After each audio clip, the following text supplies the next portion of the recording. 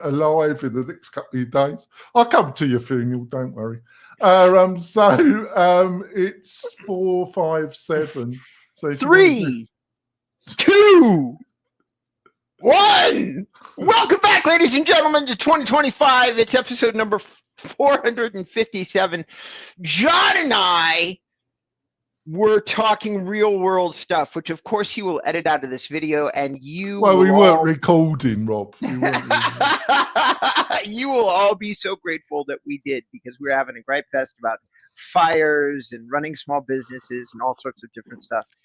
But we're excited to be back, or at least I am excited to be back. I will not speak for John. I'm excited to be back to talking to everybody about all sorts of cool things in the year, sharing our vision, wisdom, and experience about marketing and digital marketing specifically, and then even more specifically, digital marketing ideas that we have for realtors. We're kicking the year off right with some real world steps to grow your real estate business in 2025. We're going to try to make these specific and actionable to all of our beautiful listeners. But before we dive into that, for those of you that are not familiar with the fact that I have a pugnacious English co-host who is a rock star in the podcasting world, who took a very long break, took a 30-day break thereabouts, and is now back by the skin of his shinny shin. So if you would like to do us all a favor, John, give yourself a little bit of an intro. I'd love that. Yes, thanks, Rob. The sentence was for 30 days in the county jail. I just got out about 5 days ago. No, that's not true. I needed a break, folks. I was planning some travel, which I didn't do, but I stayed at home and I had a break from podcasting, and I feel a little bit refreshed. And I'm the founder of MailRight. We're a CRM, and we get leads through Facebook advertising, and we can provide a great website as well. Back over to you, Robert. All right. So that everybody knows, and John knows, I feel like between the doldrums of a slow real estate business, and by the way, it was slow right up to the December, John, and now I'm getting tons and tons of reports from clients. So for me as a real estate marketer, it's still slow, but I am seeing lots of reports from clients coming in that they're selling homes. There was a big, long pause, and now my client base is starting to communicate. Transactions are happening again, and I couldn't be happier. However, there's still a lot of conversations surrounding what marketing looks like currently. I'm getting more comments on old videos and stuff like that, like, is this still true? Things like that. So we're going to share some ideas that we think are valid, still valid in the world that we live in, the proliferation of conversations around AI, the proliferation of conversations about older real estate marketing systems that are aging out in some ways. We're going to have those conversations. So without any further ado, John, why don't you kick us off? Number one on our list here is getting clients with stories that speak to them. Why don't you give an example that moves you? Well, I think we touched on this in a couple of episodes before December and our break. And I think you really put it in the top of your own personal skill list. And I think it's really important. It's finding messages and stories that really resonate with your target audience. If you're a real estate agent, it's finding niches. You know, if you're starting in the profession for the first few years, you normally have to take whatever client comes your way. But as you build your customer base and your recognition of your brand, your personal brand, you should be focusing on finding a niche of some type in your town, city, region, wherever you're practicing. And the quicker you do that, I think the more you're going to stand out and be more successful in a crowded industry. And I think the stories that the more you niche, the more your stories, the more the branding message that you target to the particular targeted audience will become more effective. And I think with your own agency, that's what you really concentrate on, isn't it, Robert? It is indeed. And ladies and gentlemen, and John, this personal stories and personal messaging, I'm going to give you a great example, John. A one-of-a-kind example that we will never be able to repeat again, hopefully, if we're lucky. Right now in California, we're having you and I started talking about this. We're having this this cataclysmic series of fires, and they are cataclysmic. And I've already been thinking about doing a piece of content. I may very well use this video, John, this podcast as part of that. Is that I have always believed strongly that every emergency, every cataclysmic situation, including the slowdown, it is an opportunity for a savvy salesperson to connect better with their prospect list. Okay, because when you're having extraordinary times, that is the time to have extraordinary conversations. And right now, if I was a real estate salesperson with a long list of people I'd done business with for over 10 years, and I was living in Southern California, I'd be calling all my clients, past, present, and future, and sending emails and saying, hey, can I help you with your insurance? Is there anything I can do to help you right now?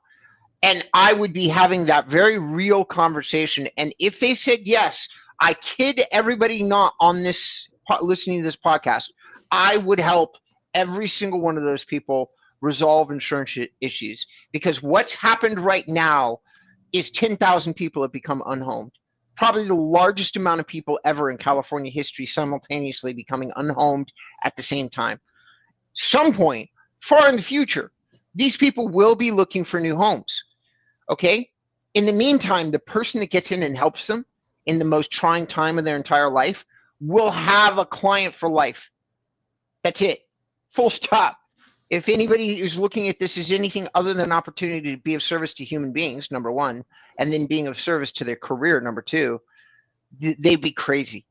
I'd be calling and emailing people and saying, I can help in this way and this way and this way. Let me know if any of those things, like if you need me to do any of those things.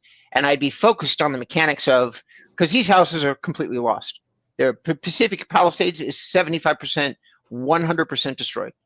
That means that some of the wealthiest Californians in history are all without homes that they've had for 25, 30 years. If they're not looking for help right now, I'd be flummoxed.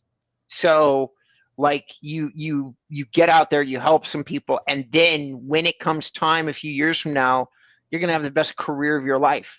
Like for sure. Being a good person and having good messaging. And by the way, at some point, after the service is provided, their life is back on track and they have new homes and everybody's happy, those stories that you create, dude, you'd only need one of those stories to make a good real estate career. Just one, and you'd probably have many. Do you see what I'm saying? Yes. Building a database of possible clients. Now, John, to do you also a personal favor, to return the favor, I feel like this has been one of your strengths. It's certainly been one of the nails that you've been hitting on the head. Like you've been talking about building databases since you and I have started podcasting. And if I can remember correctly, even the name of the podcast had something to do with you thinking about database marketing. And I may be wrong about that, but I do know that we have been talking since the very first conversation I've ever had with you about building databases, and you've studied Buffini and you've studied other people in the real estate world that use this almost exclusively as a primary marketing tool. So what are you thinking about database marketing in 2025?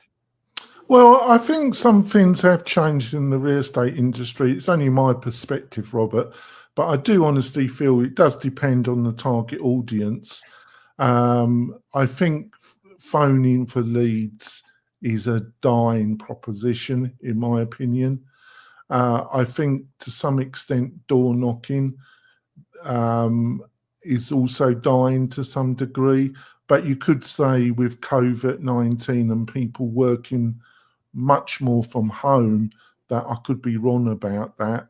But I think a lot of people don't like people knocking on their doors.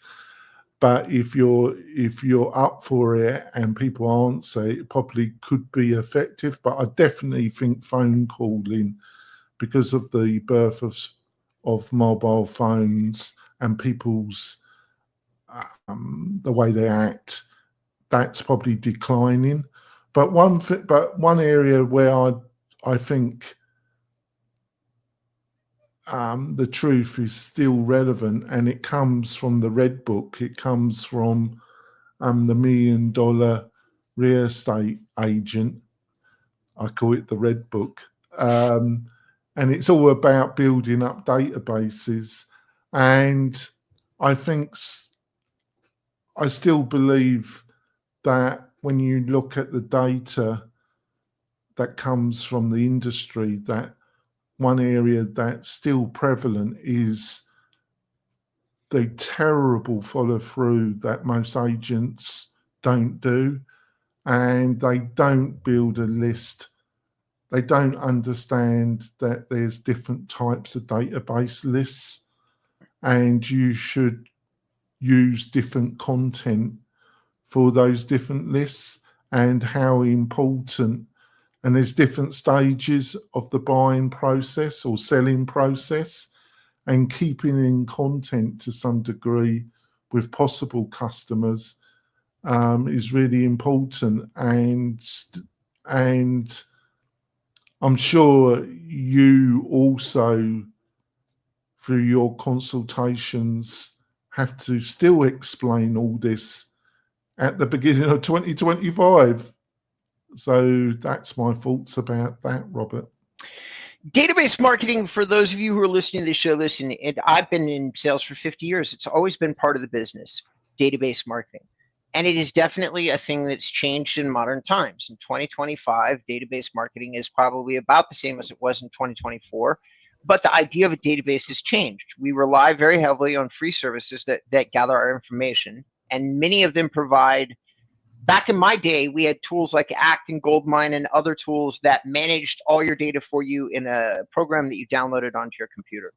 And now we can manage it through web applications, more commonly known as Instagram and Facebook. You can literally, much of your database management has moved into services that are managed by other people.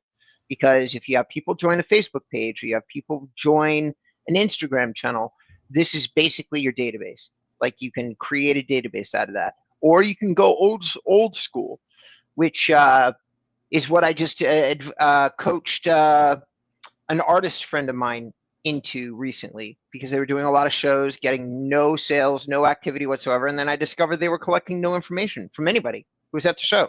And I was flummoxed. I was like, why would you hold a show and not try to meet your customers and trade information with them?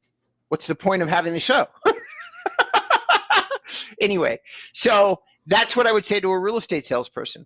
Every time you're out is a chance for you to collect some information. Every time you have a good conversation with somebody, you make sure you get added to your Facebook page, your Instagram page, somewhere to keep continuously in touch, and nurture them with your messaging. One way or the other, whether you do it the way that John and I do it, through online marketing, or drive people through paid traffic, or however you get people, it is to trade information, to create connections, and make sure that they stay in tune with what you're doing. That's the objective.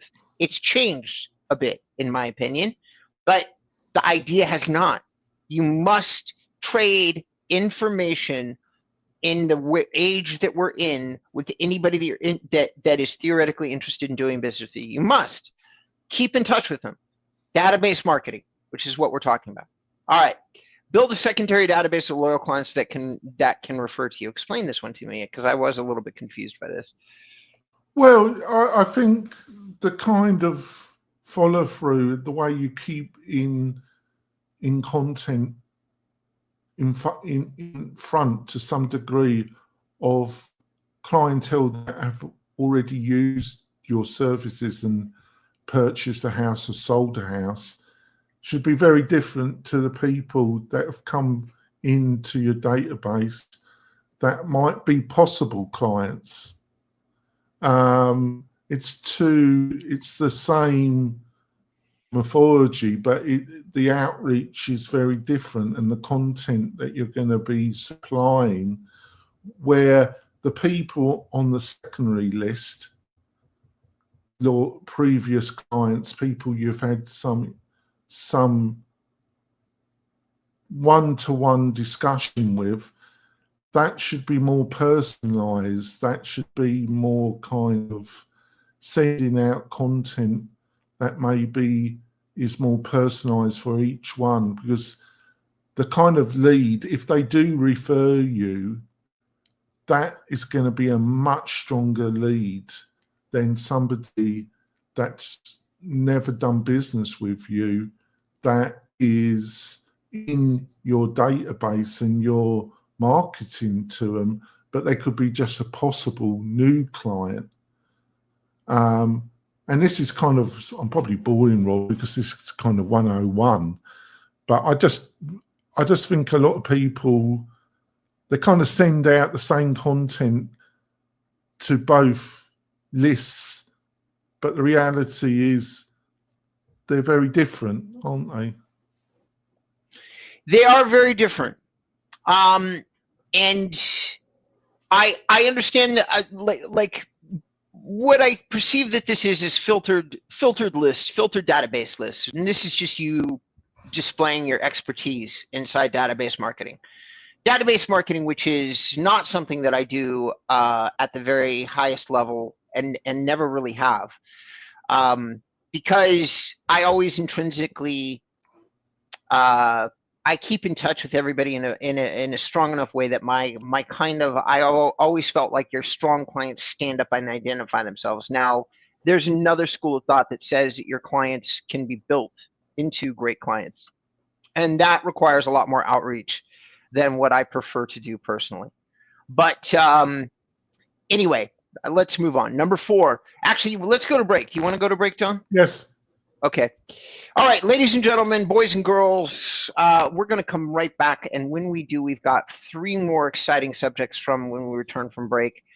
Follow-up strategies, we're going to touch on those a little bit, building a brand, and like talking a little bit about the combined strategies of online, like combining in-person and online. All right, that's it. We'll be right back. Stay tuned. John, can you, what the hell is going on? Yeah, you need to log back in. You're frozen, or you need to restart. It's good. I like the picture though. You look very thoughtful. Okay. All right. I got it. Or maybe you want to keep it because you do look thoughtful, Robert. Jesus Christ. Okay. I don't see anything at all. I'm gonna come right back. I'm gonna drop out. Okay. Yeah.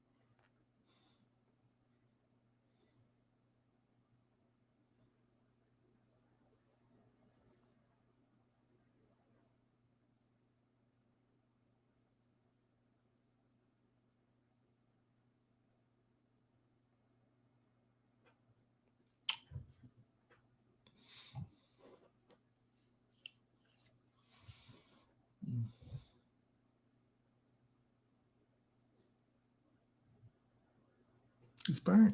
He's come back. I didn't run away, John. Shocking. So, what was that? Sorry, you lost that first. I didn't run away. All right, there we go. I would have.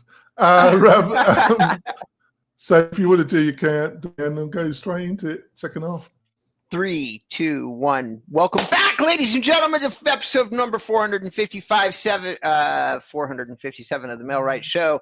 As promised, we're back with follow-up strategies, building a brand, and the combination of digital and in-person strategies. I've got a lot to say about the final one. So why don't you jump into with us these follow-up strategy that works? What works for you, John? How do you follow up with your prospective clients? Well, it's quite simple. I do have a lead magnet on my WP Tonic web business. I haven't got a lead magnet on the MailRite. That will probably something we will change. But but I've been just working on getting some traffic to that website. Obviously, I have a lead magnet, and then with the WP Tonic, there's a free lead magnet which they can download. I get a few people a week do download that, and then what I do is then I send them a email that offers a course that shows them how to build. It basically offers them a course that's quite extensive at half price. Basically, gives them a coupon code, and then if they take the course, if they transfer some money, it's only a small amount. With the coupon code, it's about $25. If they actually purchase that, then I pursue them because they're given a clear sign that they've opened their wallet, and so it's not a sophisticated process because I get about 20 of those people per month. And I get about 10 to 12 per month that actually buy the course, and it's done by one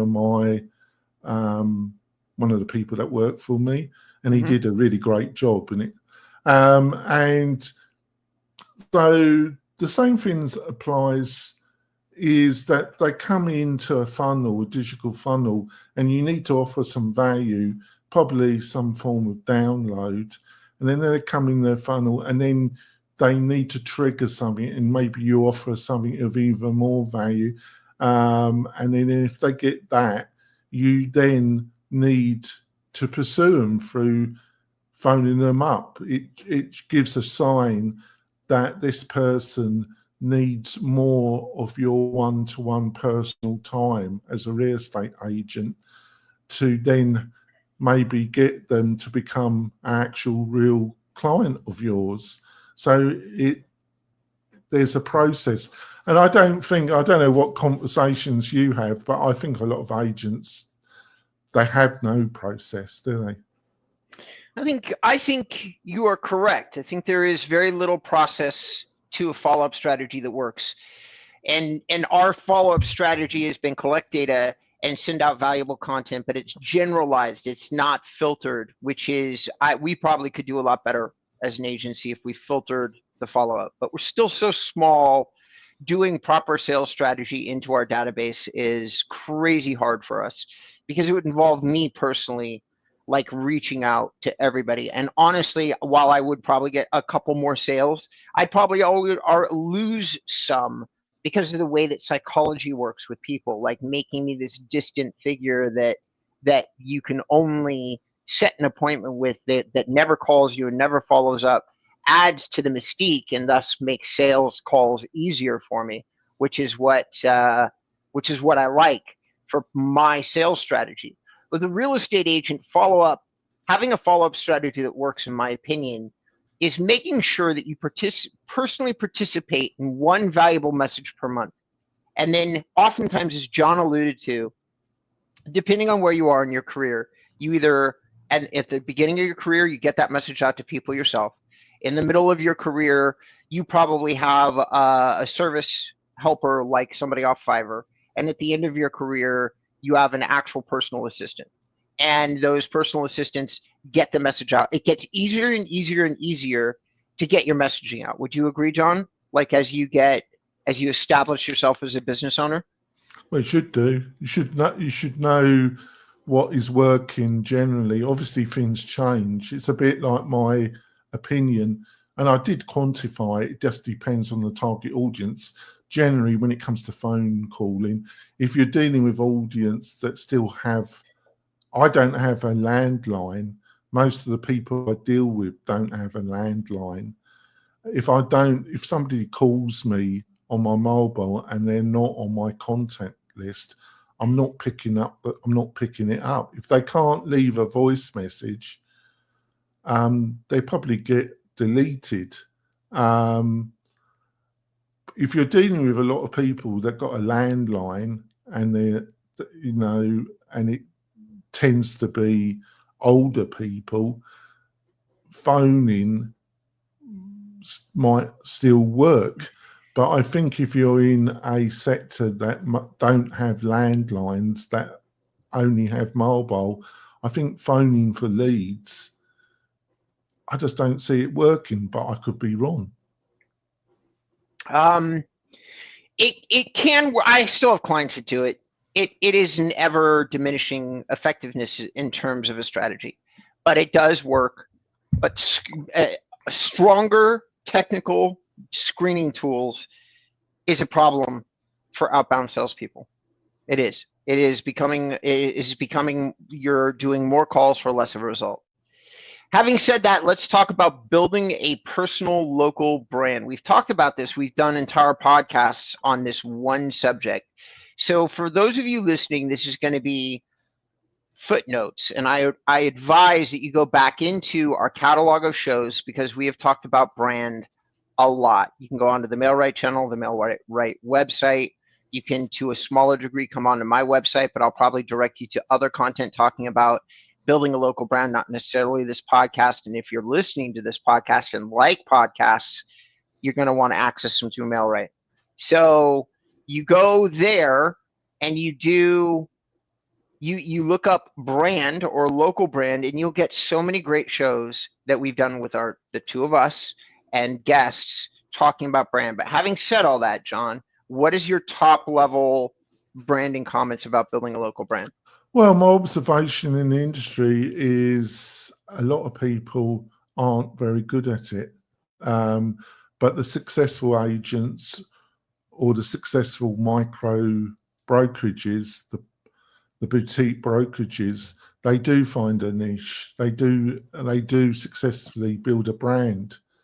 And there's no one way of doing it because there's too many variables.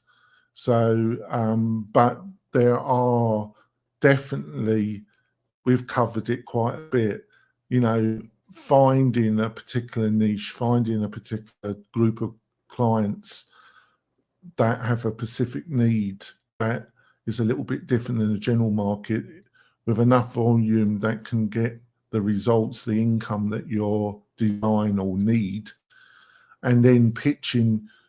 That's why you need a website. That's why you need your social media set strategy. That's why you need to put videos up, all the things that we discussed during 2024 that we've spent the past 4 years talking about consistently, isn't it, Robert? And hopefully it hasn't just fallen on, but I think, we've got a small audience, but I think they've stuck with us.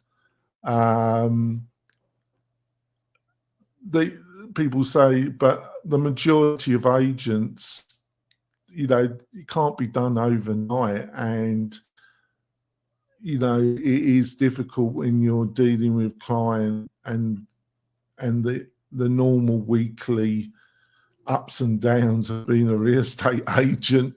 It's really easy to put this on the back burner, but if you can be consistent and really understand why it's important, in the end, it will pay big dividends, I feel. What do you feel, Robert? I think that building a brand, informational in nature, qualitative. In other words, I believe that most brands are qualitative. That just means that you can identify the quality of the brand that you're dealing with before you deal with them. And it's part of your brand, part of your messaging. I believe that strongly. That means that you're well reviewed and that there are many people out there talking about using your product or service and giving many details about it. That's what I mean by a qualitative informational brand. And I think that plays directly into a local brand as well, which can also mean, again, it's qualitative, and quantitative. It's you go out and you meet with people and you put that stuff up on your social media channel, and that allows people to understand how you engage with the world. And that's part of building a local brand. But I strongly believe that everything you said was correct. And I strongly believe that local branding, if anything, John, is becoming more and more important for real estate agents. It's more important in 2025 than it was in any other year, and it probably will continue to gain momentum that way.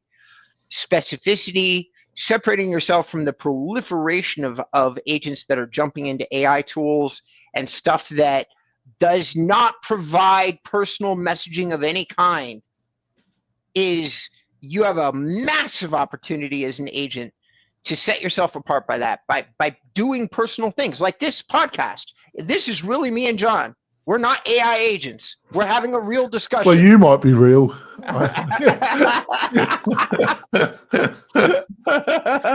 Okay, I speak for myself. Yeah. All right, we're going to go into bonus material, ladies and gentlemen. It's going to be about 5 or 10 minutes, and today's bonus subject is going to be successfully combining person-to-person and digital online marketing. And John, if you don't mind, I'm going to jump into this one because I do have a lot of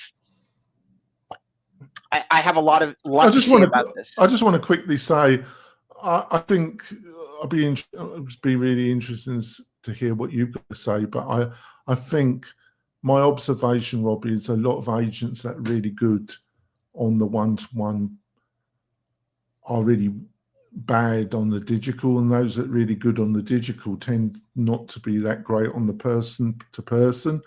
And the ones that are going to be really successful in the next couple of years, in my opinion, are those that combine the two.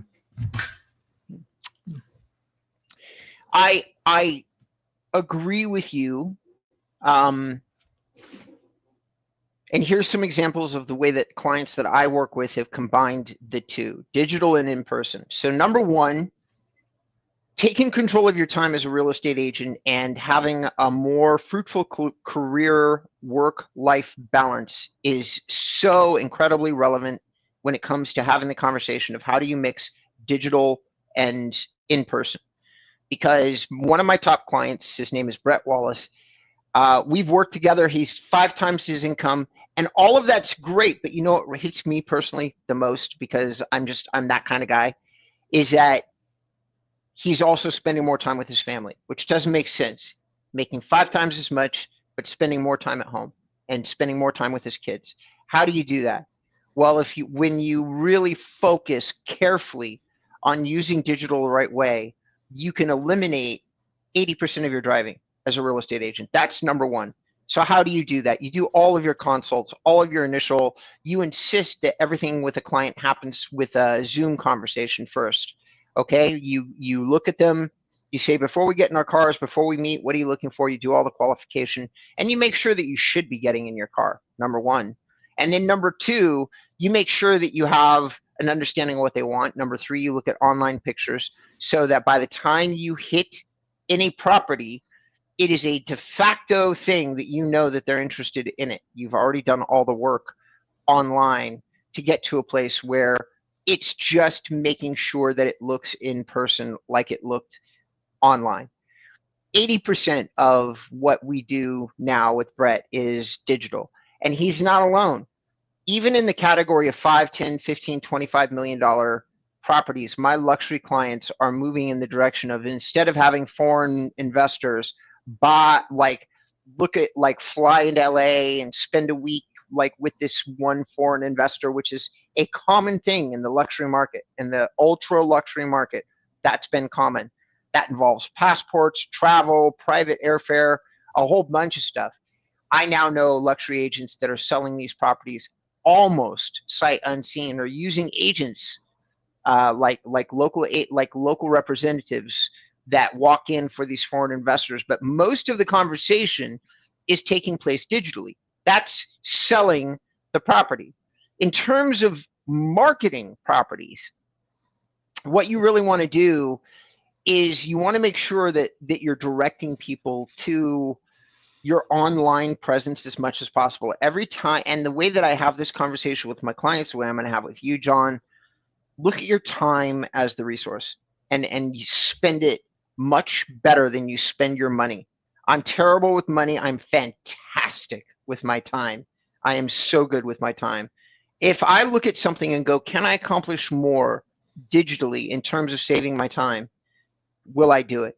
With the single exception of establishing strong connections with people. That I still do personally. I still take my time personally to do that.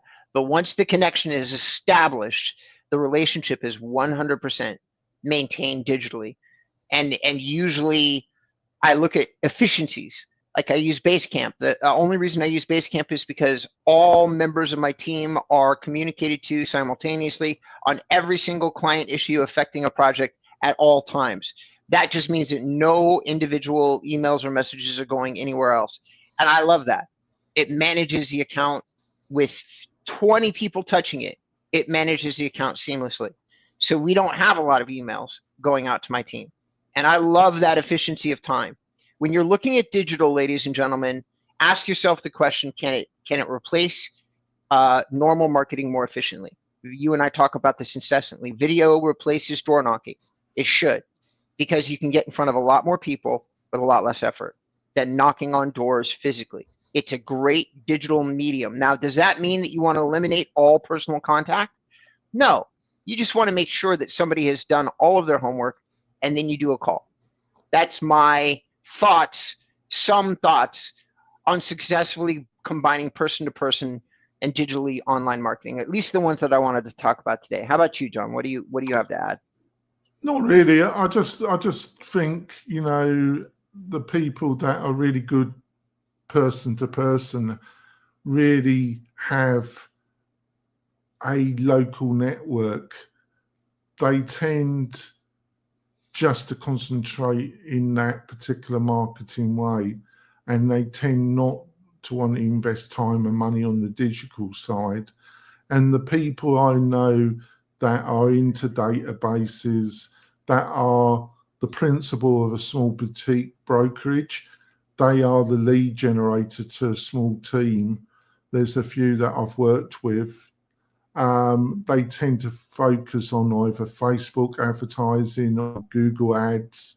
It's paid placement, and with organic as well, some element of organic. But they really don't concentrate on building. It's all through paid traffic, basically. And they don't invest a lot of time on organic, and they don't invest any time on personal networking in their area.